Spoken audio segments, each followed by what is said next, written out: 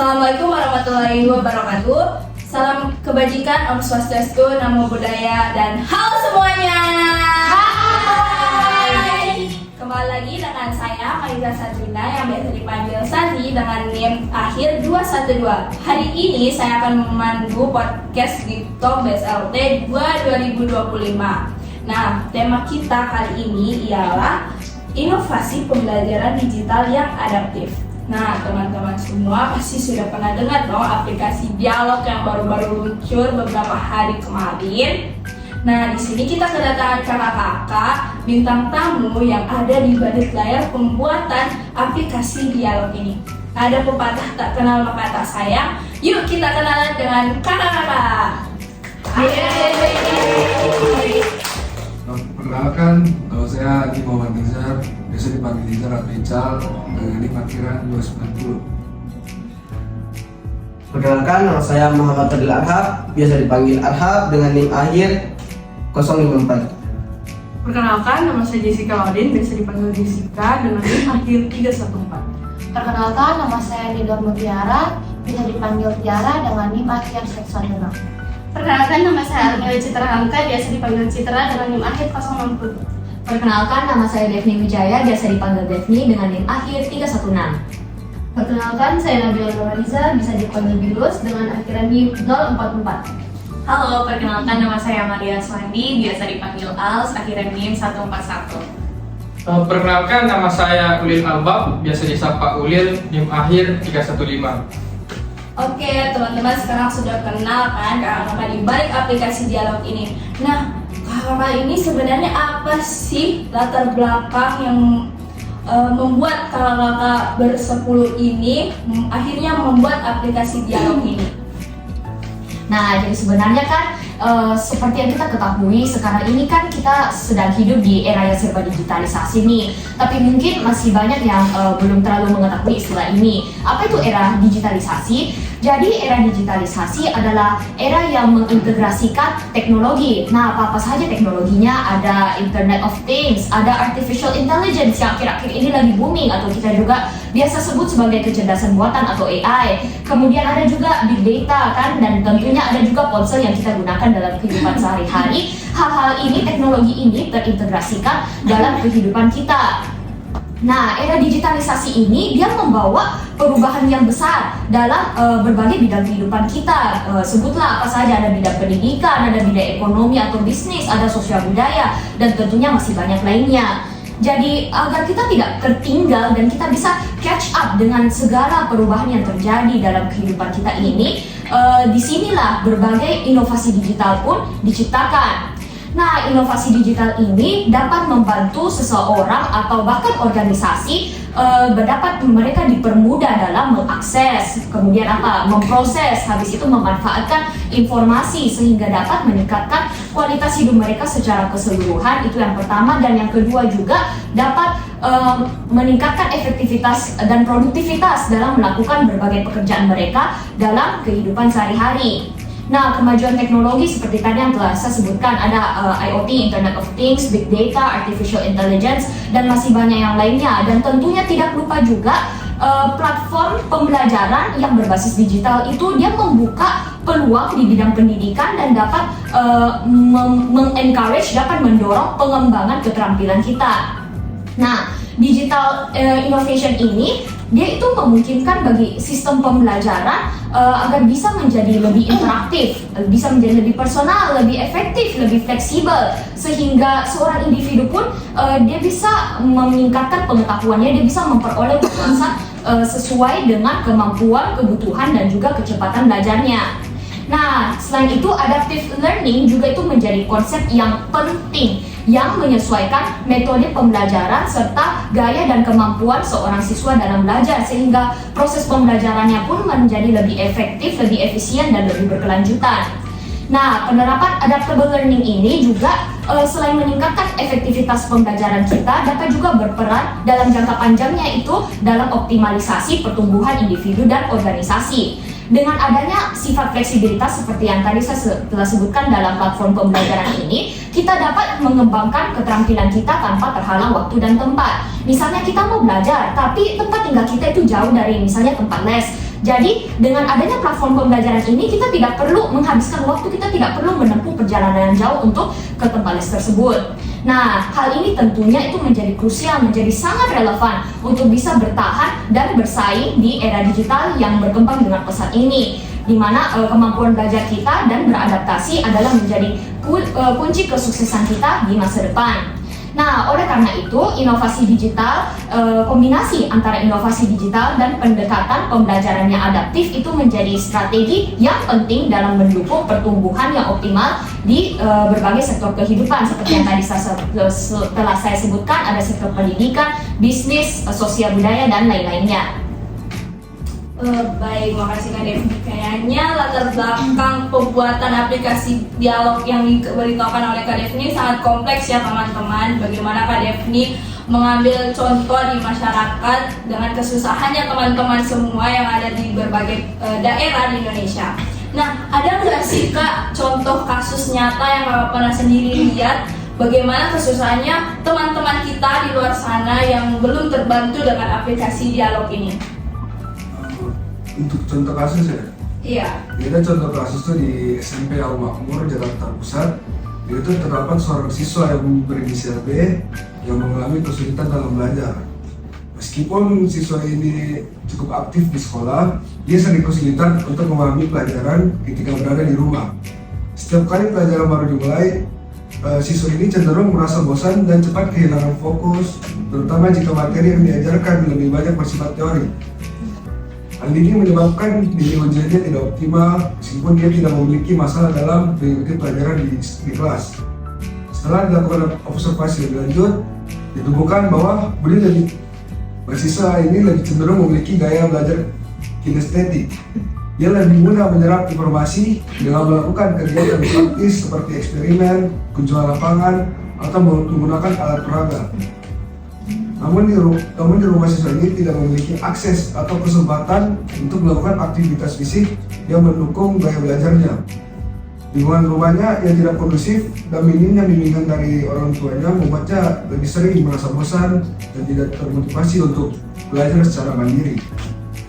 Ketika diterapkan analisis gaya belajar menggunakan instrumen FARK atau visual, oral, read, write, dan kinestetik, diketahui bahwa mayoritas siswa di kelas memiliki gaya belajar visual dengan membaca. Hal ini menunjukkan bahwa siswa yang lebih nyaman dengan menggunakan media visual atau membaca dan menulis untuk memahami materi. Dalam hal ini, siswa menjadi minoritas dengan gaya belajar kinestetik yang lebih dominan. Wow, kayaknya kakak-kakak ini sangat mendalami ya bagaimana mereka meneliti terlebih dahulu untuk membuat aplikasi dialog ini. Nah, tadi saya dengar kakak menyebutkan nih banyak gaya belajar dan saya ada dengar dua kata yang saya agak belum mengerti nih. Apa sih Kak adaptive learning itu? Baik, jadi di sini saya akan menjelaskan terlebih dahulu apa itu sih adaptive learning. Jadi pertama-tama kita ketahui bahwa adaptive learning ini sendiri hadir di era digitalisasi, di mana seperti yang sudah teman saya sebutkan tadi, era digitalisasi itu merupakan era di mana segala sesuatu itu serba digital, segala sesuatu itu serba menggunakan teknologi, seperti penggunaan internet, penggunaan gawai dan lain sebagainya. Baik, jadi adaptive learning sendiri ini merupakan sebuah metode pembelajaran yang hadir di era digital. Nah, metode pembelajaran ini dia itu memanfaatkan teknologi, di mana teknologi ini dimanfaatkan untuk bisa menyesuaikan materi-materi yang akan dipelajari oleh siswa tersebut, juga bisa menyesuaikan sesuai dengan kebutuhan, kemampuan, maupun kecepatan belajar dari siswa tersebut. Jadi dia itu lebih kayak ke personalize untuk siswa tersebut. Jadi mau dia cara belajarnya kinestetik. Oke, kayaknya Kak Jessica lagi batuk ya guys. Kayaknya agak Benar. ya. Oke, saya lanjutkan ya. Lagi musim sakit, Ya, jadi benar. teman-teman jangan lupa minum vitamin ya. Jangan kesana guys. Saya lanjutkan nih, tadi kan terakhir dibilang untuk personalize ya untuk siswa tersebut. Nah, Jadi dengan hadirnya aplikasi yang kita buat, yaitu yang berbasis digital, berbasis AI atau algoritma yang sudah kita susun di aplikasi tersebut. Nah, dengan hadirnya aplikasi ini kita ketahui bahwa aplikasi ini bisa mendorong motivasi siswa-siswa lagi untuk ingin belajar, karena aplikasi ini seperti yang saya sudah katakan tadi itu personalized. Jadi siswa semakin terdorong untuk ingin belajar karena bisa sesuai dengan gaya belajar mereka, mau kinestetik, visual, audio atau yang lain. Kemudian dengan hadirnya aplikasi ini juga, dengan hadirnya adaptive learning itu dapat meningkatkan efisiensi dan juga keefektivitasan dari pembelajaran siswa, sehingga ini menjadi solusi yang sangat inovatif dan juga solutif untuk memajukan pembelajaran siswa di Indonesia agar siswa Indonesia bisa maju dan tidak tertinggal lagi. Wow, bagus banget ya teman-teman. Boleh tepuk tangannya. Nah, jadi teman-teman yang di rumah yang masih bertanya-tanya sebenarnya apa sih alasan hadirnya aplikasi dialog ini dengan peluncurannya yang heboh banget 2 hari yang lalu. Jadi sebenarnya aplikasi dialog ini itu dia sangat mewadahi semua gaya belajar teman-teman semua yang ada di rumah.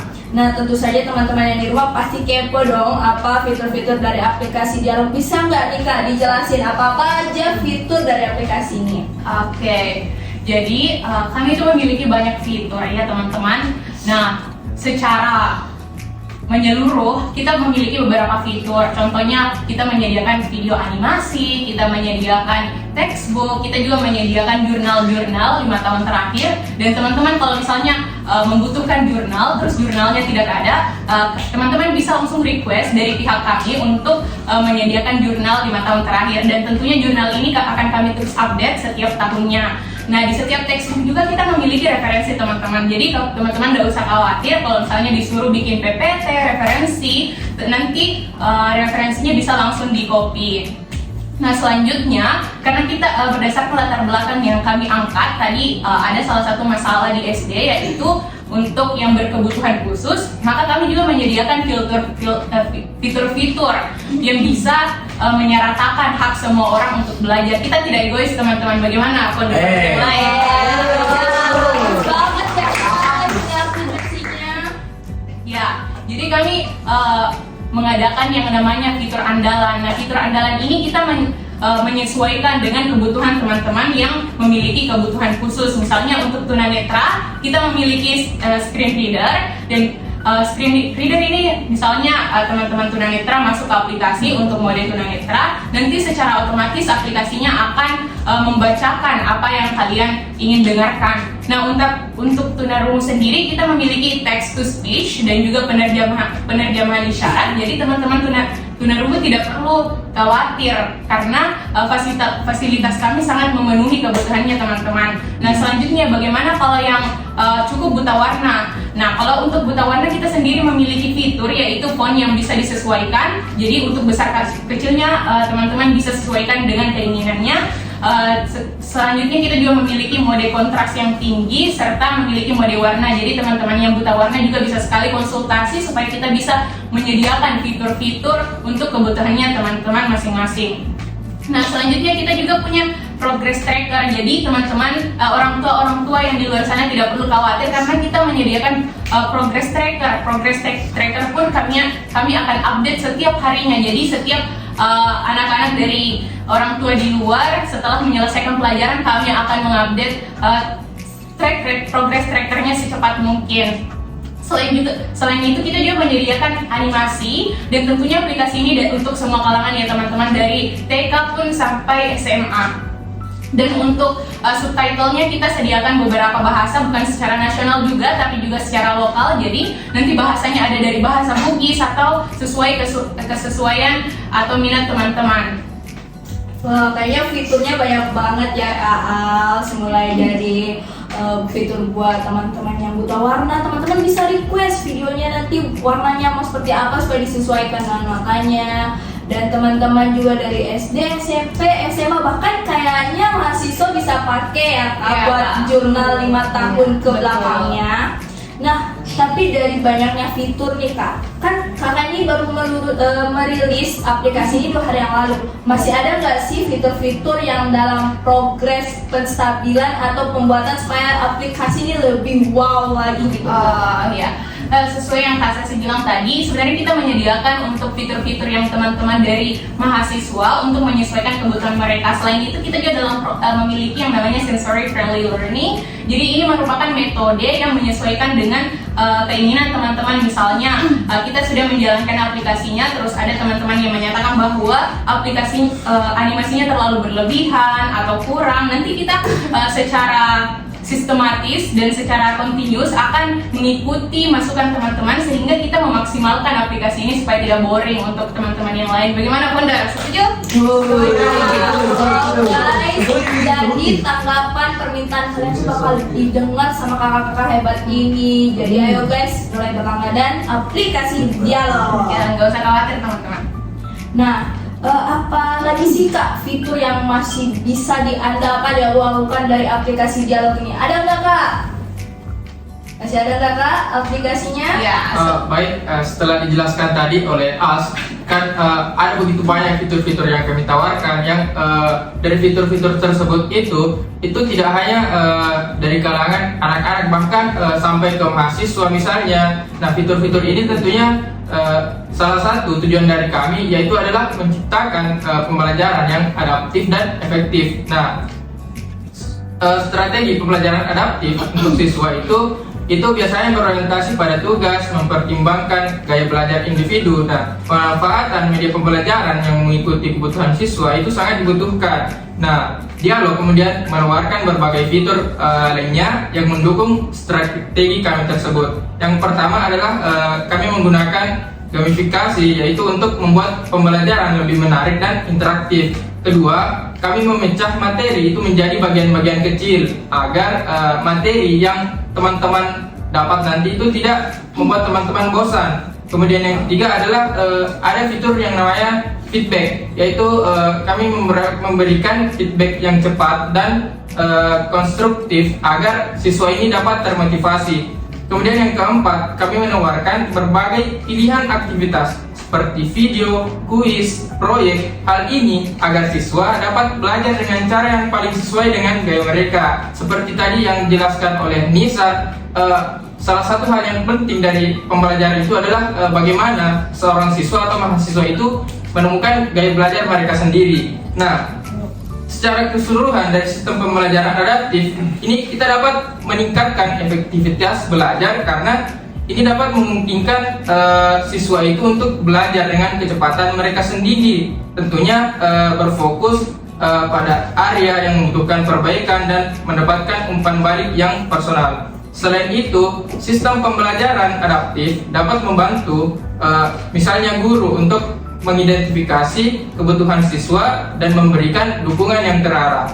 Nah, pengembangan instrumen karakteristik siswa dan model pembelajaran adaptif yang efektif tentunya membutuhkan kolaborasi nih antara guru, siswa, dan ahli teknologi pendidikan. Pertama, kita perlu mengidentifikasi karakteristik siswa yang relevan dengan pembelajaran, seperti gaya belajar mereka, minat, dan kebutuhan mereka. Wow, jadi aplikasi dialog ini sangat memahami betul ya bagaimana pribadi teman-teman yang ada di rumah.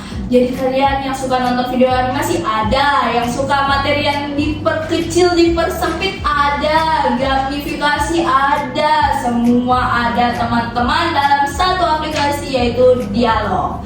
Nah, tapi nih kakak-kakak founder, kayaknya kemarin-kemarin tuh teman-teman yang di rumah ada sedikit pertimbangan nih, karena aplikasi Dialog ini ada pesaing yang sudah duluan merilis aplikasinya. Sebenarnya apa sih keunggulan yang banget sangat unggul dan hanya dimiliki oleh aplikasi Dialog ini, dan apa manfaatnya bagi teman-teman yang di rumah supaya teman-teman yang di rumah ini lebih yakin gitu loh mau untuk langganan aplikasi Dialog ini. Gimana Kak?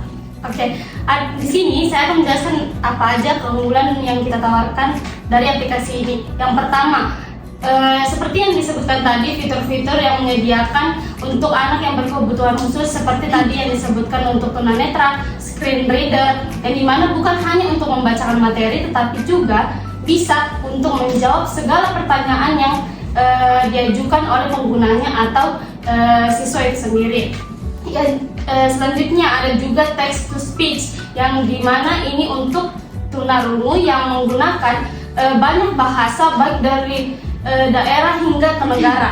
Juga terdapat penerjemah isyarat yang pemilihan penerjemah ini sudah sangat profesional dan juga tersertifikasi.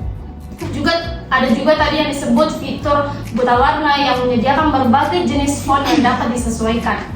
Yang kedua, ada juga tadi yang disebutkan fiturnya yaitu progress tracker yang dimana ini menyediakan rapor yang bisa dilihat untuk melihat perkembangan dari siswa itu sendiri.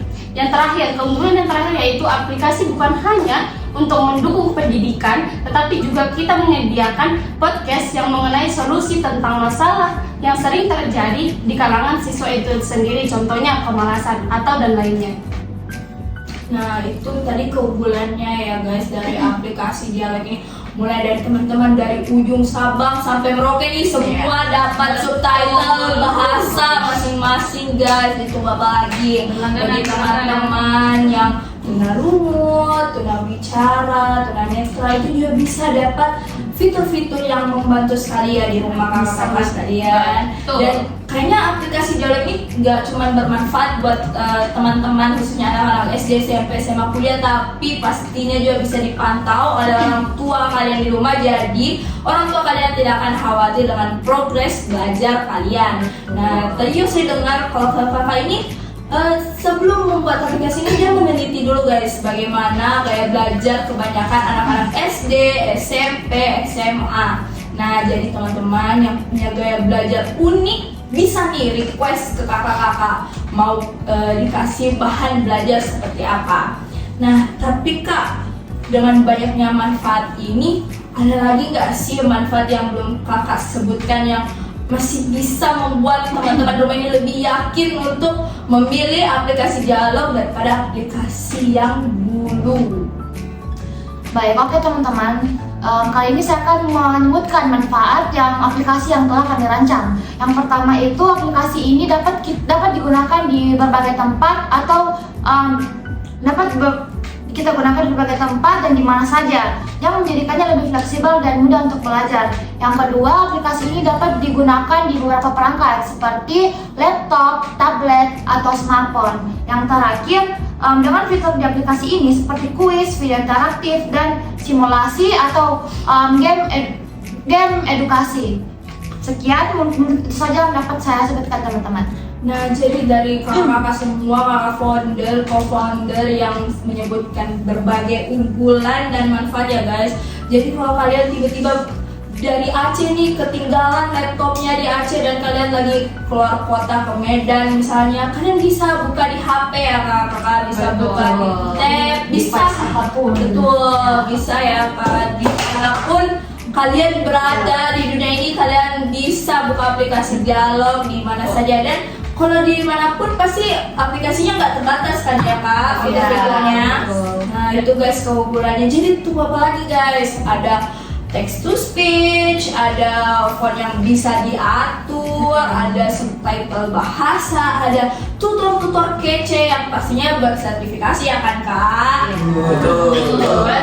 Kasih sih saya tambahkan dong dari keunggulan aplikasi ini. Jadi untuk screen reader itu, jadi dia itu interaktif antara pelajar dengan aplikasinya. Jadi misalnya pelajar ini menanyakan sesuatu, kami juga menyediakan fitur hampir sama dengan ChatGPT. Jadi misalnya dalam aplikasi teman-teman bertanya nih tentang materi yang dibacakan oleh aplikasi, nanti secara otomatis aplikasi ini akan membacakan dan menjawab pertanyaan teman-teman sekalian. Kalau misalnya penjelasannya terlalu kompleks, tenang teman-teman, kita sudah merancang supaya AI ini bisa menjelaskan kepada teman-teman secara sederhana sehingga mudah dipahami. Dan untuk tingkat bahasanya juga kita sudah sesuaikan untuk SD, SMP, SMA. Jadi pemilihan kosakatanya itu sangat menyesuaikan untuk teman-teman sekalian. Dan untuk mengenai fitur tentang motivasi, jadi ini kurang lebih seperti podcast ya teman-teman. Jadi nanti ada suatu masalah yang diangkat, entah itu tentang kemalasan, bagaimana cara mengatur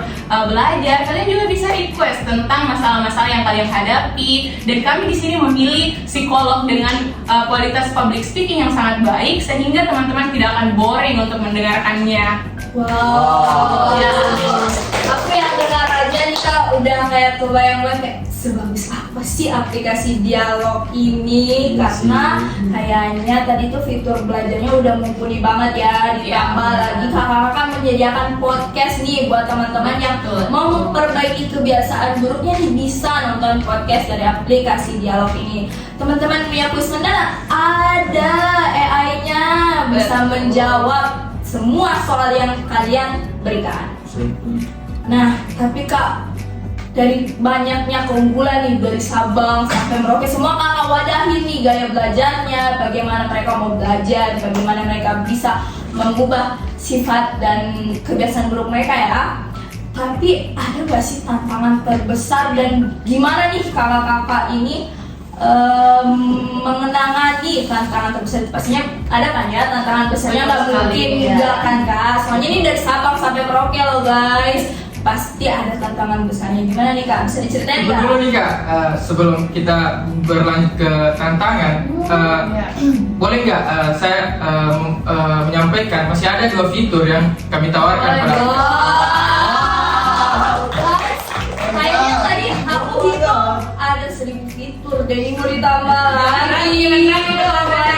Apa tuh Kak Uli? Nah, untuk teman-teman ini ada 2 fitur lagi yang belum sempat kami sampaikan tadi. Yang pertama adalah fitur adaptive testing, di mana fitur ini tuh menyesuaikan dengan tingkat kesulitan soal berdasarkan kemampuan siswa. Jadi semakin baik teman-teman dalam mengerjakan soal itu, tingkatan soalnya itu semakin tinggi. Jadi ini akan melatih kecerdasan dari teman-teman itu sendiri. Nah, selain itu kami juga menawarkan itu fitur personalized learning path, yang dimana dia itu memberikan rekomendasi materi dan aktivitas berdasarkan minat dan kebutuhan siswa. Dengan begitu siswa ini dapat belajar dengan cara yang paling relevan dan bermakna bagi mereka. Tentunya perlu juga kita sampaikan dalam mengimplementasikan fitur-fitur kami ini, ada beberapa hal yang kita lakukan. Yang pertama adalah kita mengembangkan instrumen yang valid dan reliable untuk mengukur karakteristik tersebut. Kemudian kita merancang model pembelajaran dengan yang adaptif yang responsif terhadap karakteristik siswa. Kemudian kita menguji dan mengevaluasi nih model pembelajaran adaptif secara berkala untuk memastikan keefektivitasannya. Wow, banyak banget ya fiturnya guys. Jadi jawaban dari Indonesia Emas 2045 itu apa? Aplikasi dialog. Jadi guys, beberapa lagi bisa nih segera berlangganan di aplikasi dialog yang kakak sudah rancang, based on true story, true pengalaman, dan based on penelitian buat adik-adik semua ya. Nah, dari tadi aku dengar nih ya Kak, banyak banget keunggulannya, manfaatnya yang sangat bisa mewadahi adik-adik seluruh Indonesia ini. Tapi kakak bersepuluh ini pasti ada dong tantangan, kesulitan dalam mengaplikasi ini. Soalnya banyak banget ya fiturnya guys. Dari teman-teman yang dari Sabang sampai Merauke ada bahas setiap suku, ada text to speech. Banyak banget deh, aku gak bisa sebutin. Tapi kita tanya dulu nih kakak-kakak ini, ada nggak sih Kak tantangan atau masalah nih yang pernah kakak alami bersepuluh yang sangat berat sampai mungkin kakak mau hilangin aja deh aplikasi ini, kayaknya buang-buang waktu, ada nggak sih Kak? Oke, dengan kita mendengar digitalisasi itu pasti ada tantangan besar ya di dalam situ. Maka dari itu ada beberapa hal yang harus diperhatikan dalam menghadapi tantangan tersebut bagi generasi sekarang.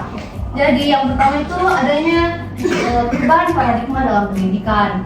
Bisa diketahui bahwa digitalisasi dan kehadiran generasi sekarang itu mengubah ekspektasi terhadap pendidikan dan juga dalam dunia kerja. salah satu tuntutan utama dari generasi sekarang itu karena mereka pasti menginginkan pekerjaan yang imbalannya itu pasti sesuai finansial, Mumpuni ya. ya, dan juga pasti mereka menginginkan yang sesuai passion mereka lah. Oke, terus yang selanjutnya itu adanya kepemimpinan yang responsif.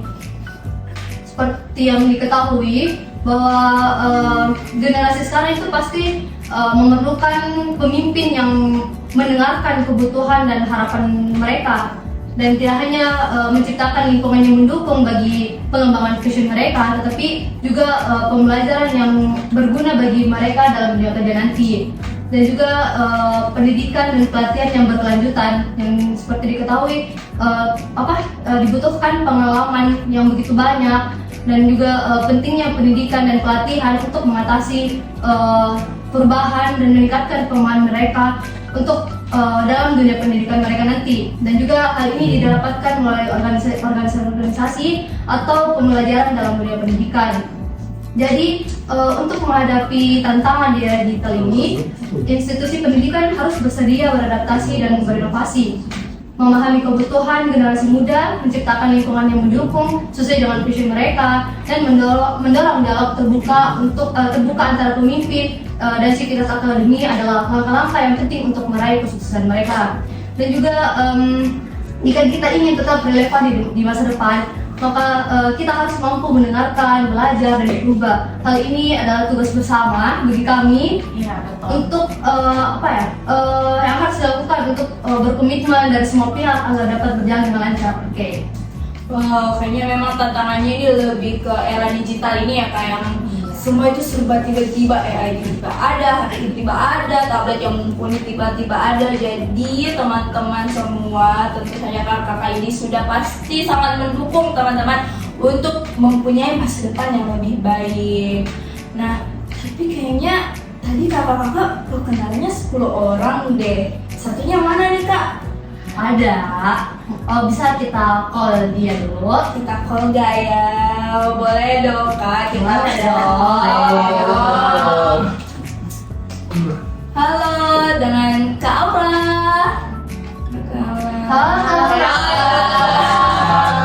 Jadi di sini kita sudah dengan Kak Aura ya. Jadi tadi pembahasannya terakhir itu dengan Kak Bilus, katanya itu banyak banget nih kak tantangan dari era digital. Gimana nih kak solusi dari kakak-kakak founder terhadap tantangan ini?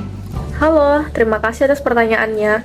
Perkenalkan, nama saya Aura Rahmalia Harun, founder dari aplikasi Dialog. Nah, saya akan menjawab solusi dari tantangan-tantangan yang tadi ditanyakan. Perlu kita ingat teman-teman sekalian bahwa setiap tantangan pasti ada solusinya. Nah, biarkan saya menjawab beberapa solusi dari tantangan yang tadi disebutkan. Yang pertama, bila terjadi perubahan paradigma dalam pendidikan. Solusinya yaitu adalah institusi pendidikan, dalam hal ini sekolah SD, SMP, SMA, perlu mengintegrasikan passion dari para pelajar yang pastinya berbeda-beda serta memberikan makna dalam suatu kurikulum. Misalnya, seperti menghubungkan pembelajaran dengan keadaan atau relevansi dunia nyata dengan kebutuhan karir yang ada pada masing-masing siswa di masa yang akan mendatang. Selain itu, institusi pendidikan juga perlu memberikan pemahaman yang mendalam kepada siswa tentang pemanfaatan teknologi secara tepat dan inovatif sebagai pembekalan dalam menghadapi Society 5.0 ke depannya, di mana dalam hal ini tentu saja kecerdasan dalam penggunaan teknologi itu sangat diperlukan bagi siswa-siswi. Kemudian, kepemimpinan yang responsif. Nah, pemimpin, dalam hal ini pemerintah negara, harus aktif dalam mendengarkan dan merespon apa saja yang dibutuhkan dan dicita-citakan oleh generasi muda penerus bangsa. Ya, pendidikan dan pelatihan berkelanjutan. Solusi adalah menawarkan program pendidikan dan pelatihan yang berkelanjutan guna membantu siswa dan siswi mengatasi resistensi terhadap perubahan dan meningkatkan pemahaman tentang teknologi terbaru, dan juga memanfaatkan organisasi atau klub sesuai minat dan bakat masing-masing dan pembelajaran dalam dunia pendidikan untuk memperkaya pengalaman siswa. Selanjutnya adalah tantangan bahwa kita harus membangun komitmen bersama. Nah, ini penting. Mengapa? Karena kita memang perlu membangun komitmen baik dari pendidik atau guru, dari siswa itu sendiri, dari orang tua atau keluarga, serta dari pemerintah dan platform digital itu sendiri. Dalam hal ini adalah aplikasi dialog. Nah, mengapa? Kita harus berkolaborasi, bertransformasi, dan juga mengembangkan pola pikir yang adaptif terhadap perubahan yang ada. Dalam hal ini adalah perubahan digital, serta kita juga harus mempromosikan kolaborasi sebagai kunci atau indikator dari keberhasilan. Selanjutnya adalah peningkatan literasi digital. Di era Society 5.0 ini, seluruh lapisan masyarakat, utamanya siswa-siswi, pelajar, penerus bangsa Indonesia ini dituntut untuk meningkatkan kemampuan literasi digital mereka. Mengapa? Karena dengan meningkatkan pengetahuan siswa terkait penggunaan teknologi secara baik dan bijaksana, itu akan berdampak sangat besar terhadap kemampuan mereka dalam menelaah informasi digital yang ada, serta kita perlu akses informasi yang setara dan merata. Selanjutnya adalah tantangan bahwa akses informasi itu harus luas dan setara tanpa terkecuali. Nah, pemerintah atau kita semua harus memastikan bahwa pengetahuan dan sumber daya pendidikan itu dapat diakses oleh semua kalangan tanpa memandang batasan geografi dan ekonomi. Kemudian fleksibilitas pembelajaran. Kita akan memungkinkan bahwa siswa dapat mengakses materi pembelajaran kapan saja dan di mana saja dengan kebutuhan dan ritme serta gaya belajar masing-masing.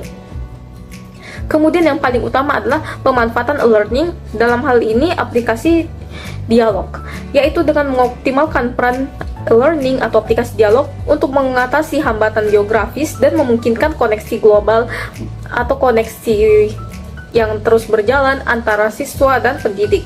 Kemudian yang terakhir, dengan adanya aplikasi dialog ini, kita berharap dapat beradaptasi terhadap pendidikan global.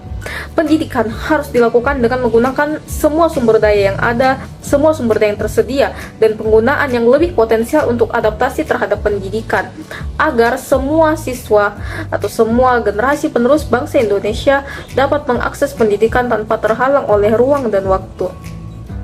Baiklah, itu saja beberapa jawaban solusi dari saya terhadap tantangan-tantangan yang mungkin ada dalam pengembangan aplikasi ini. Terima kasih. Nah, kayaknya solusi tantangan udah terjawab semua ya Kak. Fitur-fiturnya tadi udah wow banget nih teman-teman. Ada apa aja ya tadi?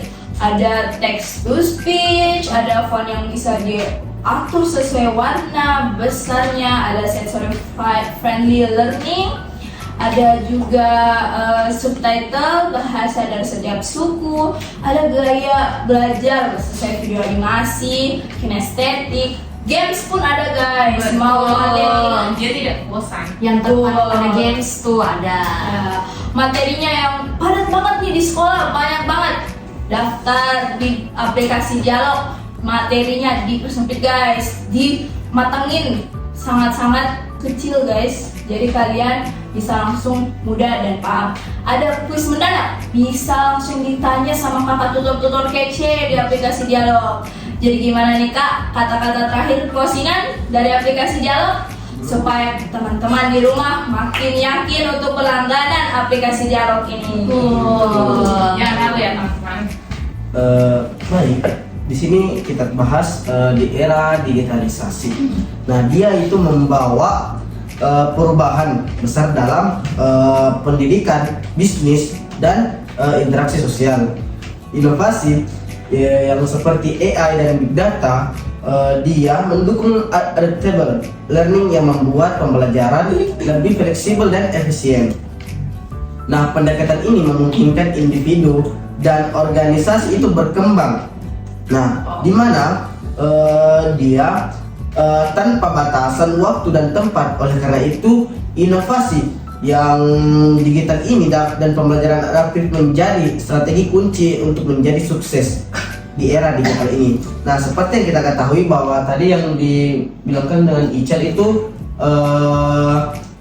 seorang siswa ya yang Betul. di SMP Jakarta. Nah, dia itu kesusahan dengan pembelajaran. Belajarnya. Nah, dengan di era digitalisasi ini, dia akan memungkinkan untuk mudah memahami pembelajaran. Nah, dari Kak Jessica juga dia membahas itu apa ya? Adaptive learning. Nah, itu adaptive learning itu adalah pada aplikasi ini di dalam dialog aplikasi dialog. Nah, dalam teknologi digitalisasi ini adalah untuk memberikan pengalaman pembelajaran yang disesuaikan dengan perubahan kebutuhan dan individu, memungkinkan interaksi sosial dan sekaligus meningkatkan aksesibilitas bagi pengguna dengan berbagai kebutuhan, memfasilitasi pengelolaan pembelajaran secara otomatis serta mengoptimalkan pengalaman belajar melalui teknologi yang terus berkembang ini. Nah, adapun tadi adaptive learning ya, ambil aplikasi dialog. Betul sekali. Nah, saya tadi dengar itu ada fitur-fitur yang lebih menarik ya. Ya, betul. Fiturnya itu kayak orang yang apa ya?